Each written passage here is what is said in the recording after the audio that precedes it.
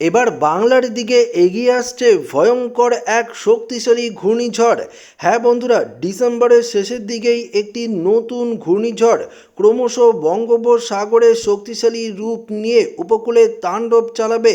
তবে ঠিক কখন এই ঘূর্ণিঝড় উপকূলে তাণ্ডব চালাবে, এই ঘূর্ণিঝড়ের প্রভাবে বাংলার আবহাওয়ার ঠিক কী পরিবর্তন ঘটতে চলেছে, আগামী শনিবার থেকেই বৃষ্টিপাতের পূর্বাভাস কোন কোন জেলাগুলিতে রয়েছে, সমস্ত কিছু আপনাদেরকে এই ভিডিওটিতে একদম লাইভ আপডেটে তুলে ধরব।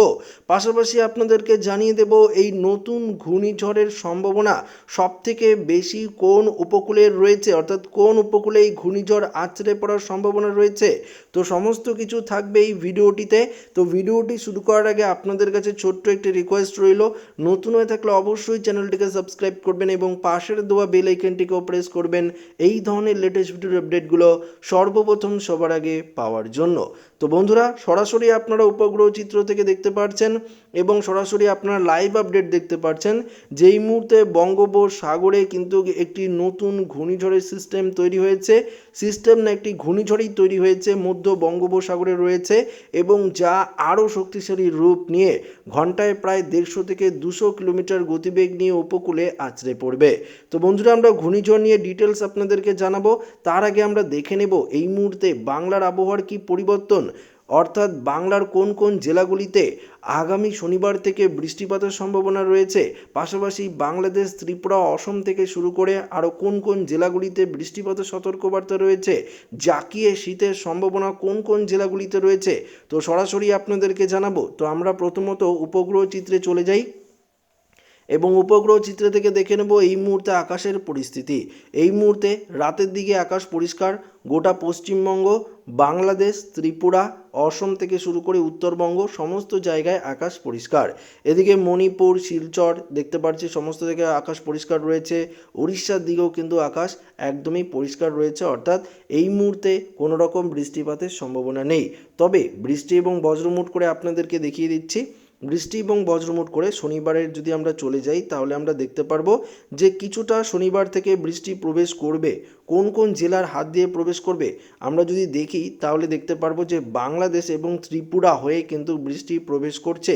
পাশাপাশি বৃষ্টি আরও ভয়ঙ্কর রূপ ধারণ করবে এবং কিছুটা শক্তিশালী বৃষ্টিপাতের সম্ভাবনা থাকছে কোন কোন জেলাগুলিতে যদি আমরা দেখি তাহলে দেখতে পারবো যে এদিকে ত্রিপুরা, বাংলাদেশের কিছুটা জায়গা এবং অসমের দিকে কিন্তু একটা বৃষ্টিপাতের সম্ভাবনা থাকছে।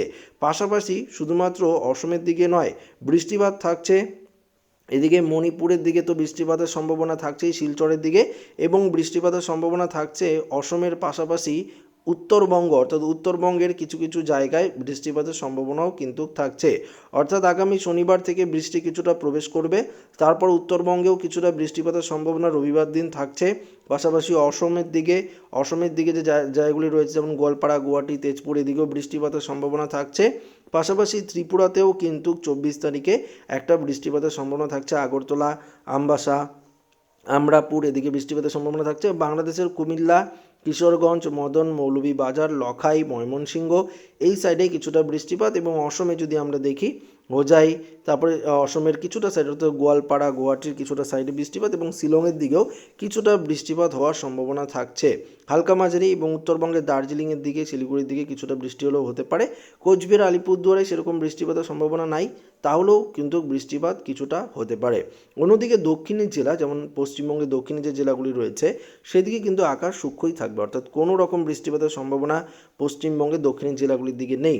আমরা দেখতে পাচ্ছি 24 তারিখ এদিকে যদি দেখি কলকাতা, হাওড়া, হুগলি থেকে শুরু করে নদিয়া, বর্ধমান, বাঁকুড়া সমস্ত জায়গায় আকাশ পরিষ্কার থাকছে 25 তারিখও। পূর্ব মেদিনীপুর, পশ্চিম মেদিনীপুর, পূর্ব বর্ধমান, পশ্চিম বর্ধমান থেকে শুরু করে এদিকে মুর্শিদাবাদ থেকে শুরু করে দেখতে পাচ্ছি মালদা, দিনাজপুর সমস্ত জায়গায় আকাশ কিন্তু পরিষ্কারই থাকছে, অর্থাৎ বৃষ্টিপাতের তেমন সম্ভাবনা পশ্চিমবঙ্গের দক্ষিণের জেলাগুলিতে নেই। তবে বৃষ্টিপাত সম্ভাবনা রয়েছে ত্রিপুরা, বাংলাদেশের চট্টগ্রাম বিভাগ এবং অসমের সাইডে কিছুটা বৃষ্টিপাত, এবং উত্তরবঙ্গে হালকা মাঝারি বৃষ্টি হলেও কিন্তু হতে পারে। তো সেটা কিন্তু শনিবার থেকেই শুরু হওয়ার সম্ভাবনা বেশি রয়েছে। তারপর আস্তে আস্তে বৃষ্টিপাত যদি আরও হয় তাহলে কিন্তু 28-29 তারিখে দিকে হতে পারে, তখন ঘূর্ণিঝড়ের সম্ভাবনা থাকছে। বঙ্গোপসাগরে যে নতুন ঘূর্ণিঝড়টির কথা বললাম সেই ঘূর্ণিঝড়ের সম্ভাবনা থাকছে, তার জেরে কিন্তু ভারী বৃষ্টিপাতের সম্ভাবনাও কিন্তু একটা রয়েছে। মেঘমালা করে দেখালে আপনারা দেখতেই পারবেন, মেঘমালা করেও দেখিয়ে দিই। মেঘমালা করে দেখলেও দেখতে পারবেন যে একটি ঘূর্ণাবর্তের সিস্টেম বাংলাদেশের দিকে থাকছে, তার জেরেই বৃষ্টিপাত বাংলাদেশের চট্টগ্রাম বিভাগ, ত্রিপুরা, পাশাপাশি অসমের দিকেও আমরা কিছুটা বৃষ্টিপাত লক্ষ্য করতে পারছি। দক্ষিণবঙ্গের দিকে মেঘ থাকবে আকাশ, তবে সেরকমভাবে বৃষ্টিপাতের সম্ভাবনা কিন্তু আমরা দেখতে পারছি না। 23 তারিখে শনিবার দিনও দক্ষিণবঙ্গের জেলায় জেলায় কিছুটা মেঘ থাকবে, উত্তরবঙ্গের দিকেও আমরা মেঘ দেখতে পারবো, এদিকে বিহারের দিকেও কিছুটা মেঘ দেখতে পারবো, বাংলাদেশ পাশাপাশি অসম, এদিকে ত্রিপুরার দিকেও কিন্তু কিছুটা, ত্রিপুরাতে তো মেঘ থাকবেই, কেননা বৃষ্টিপাতের সম্ভাবনা ত্রিপুরাতে রয়েছে। বাংলাদেশের মহেশখালী, চিটং এই সাইডে, কক্সবাজার সাইডেও কিন্তু কিছুটা বৃষ্টিপাতের সম্ভাবনা কিন্তু আমরা পরিষ্কারভাবে কিন্তু দেখতে পারছি।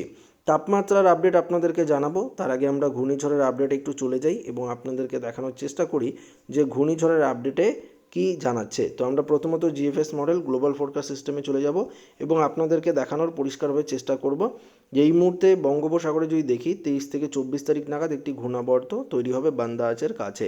তারপর সেটি আস্তে আস্তে আমরা যদি দেখি তাহলে আস্তে আস্তে এটি নিম্নচাপে পরিণত হওয়ার সম্ভাবনা 28 তারিখ নাগাদ। তারপর এটি শক্তিশালী কিছুটা রূপ নিয়ে 29 তারিখ নাগাদ আস্তে আস্তে বঙ্গোপসাগরে, যখন 29 তারিখে যদি আমরা দেখি হাওয়ার গতিবেগ, তাহলে আপনারা বুঝতে পারবেন 29 তারিখে ঘন্টায় প্রায় আমরা যদি দেখি তাহলে দেখতে পাচ্ছি 78 থেকে 80 কিলোমিটার, অর্থাৎ ধরুন 80 কিলোমিটার গতিবেগ নিয়ে এটা কিন্তু বঙ্গোপসাগরে 29 তারিখেই একটি সাইক্লোনিক সিস্টেমে পরিণত হবে। তারপর আস্তে আস্তে 29 তারিখ রাতে এটা 90 কিলোমিটার গতিবেগ নিয়ে ঘূর্ণিঝড়ে পরিণত হবে।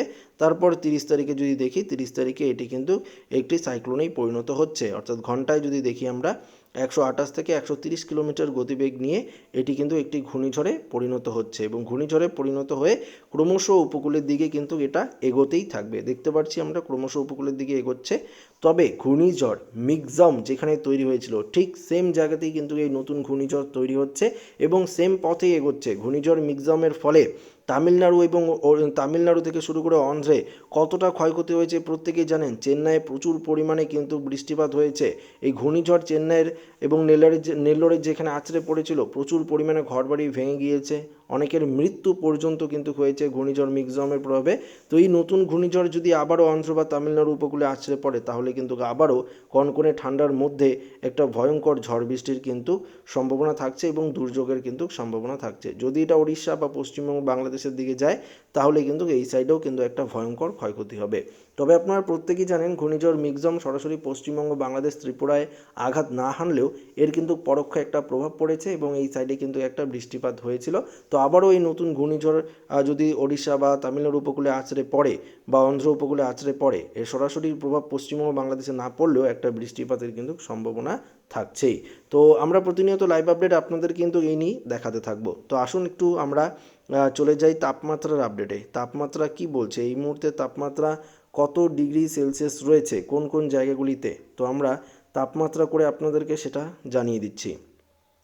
এই মুহূর্তে আমরা যদি তাপমাত্রা দেখি তাহলে দেখতে পারবো দক্ষিণবঙ্গের দিকে, পশ্চিমবঙ্গের দক্ষিণের জেলাগুলিতে 16 থেকে 17 ডিগ্রির মধ্যেই তাপমাত্রা। এদিকে দীঘা, কোনটা, এদিকেও 16-17 ডিগ্রি রয়েছে তাপমাত্রা। তবে বাঁকুড়ার দিকে যদি দেখি কিছুটা আপনারা কমই বুঝতে পারবেন। বাঁকুড়ার দিকে যদি দেখি তাপমাত্রা তাহলে কিছুটা কম, অর্থাৎ পুরুলিয়া বাঁকুড়ার দিকে 14-15 ডিগ্রি সেলসিয়াস রয়েছে। অন্যদিকে বর্ধমানের দিকেও 16 ডিগ্রি, শান্তিপুর এদিকেও 16 ডিগ্রি রয়েছে। মুর্শিদাবাদের দিকেও আমরা দেখতে পাচ্ছি 16 ডিগ্রির মধ্যে, মালদায় 16 ডিগ্রি, দিনাজপুরের দিকে 15-16 ডিগ্রি, কোচবিহারে 14, আলিপুরদুয়ারে 13, এদিকে দার্জিলিংয়ে যদি দেখি দার্জিলিংয়ে অনেকটাই কম 10 ডিগ্রি, 9 থেকে 10। অসমের দিকেও 15-16 ডিগ্রির মধ্যেই তাপমাত্রা রয়েছে, অসমের দিকেও রয়েছে, বাংলাদেশের দিকেও তাই 17-18 ডিগ্রি সেলসিয়াসের মধ্যেই বাংলাদেশের তাপমাত্রা রয়েছে, অর্থাৎ বাংলাদেশেই তাপমাত্রা কিছুটা ঊর্ধ্বমুখী। এবং এদিকে ত্রিপুরার দিকেও 19 থেকে 20 ডিগ্রি সেলসিয়াস, কোথাও 18 ডিগ্রি সেলসিয়াসের মধ্যে তাপমাত্রা কিন্তু রয়েছে, অর্থাৎ ত্রিপুরা এবং বাংলাদেশে কিছুটা ঊর্ধ্বমুখী তাপমাত্রা বলতেই পারেন দক্ষিণবঙ্গ, পশ্চিমবঙ্গের দক্ষিণের জেলাগুলির তুলনায়। তো এই ছিল তাপমাত্রার আপডেট এবং আপনারা বুঝতেই পারলেন কত ডিগ্রি তাপমাত্রা রয়েছে। তবে এই ভিডিওটি এখানে শেষ করছি। আগামীকাল আবারও নতুন আপডেট নিয়ে আপনাদেরকে জানাবো, নতুন ঘূর্ণিঝড় নিয়ে কী আপডেট দিচ্ছে, সরাসরি লাইভে কী দেখাচ্ছে, পরবর্তী আগামীকাল আপনাদেরকে কিন্তু ডিটেলস দেখিয়ে দেবো। তো ভিডিওটি এখানে শেষ করছি। ভালো লাগলে লাইক করবেন, বন্ধুদের সাথে শেয়ার করবেন, নতুন থাকলে চ্যানেলটিকে সাবস্ক্রাইব করে নেবেন। ধন্যবাদ।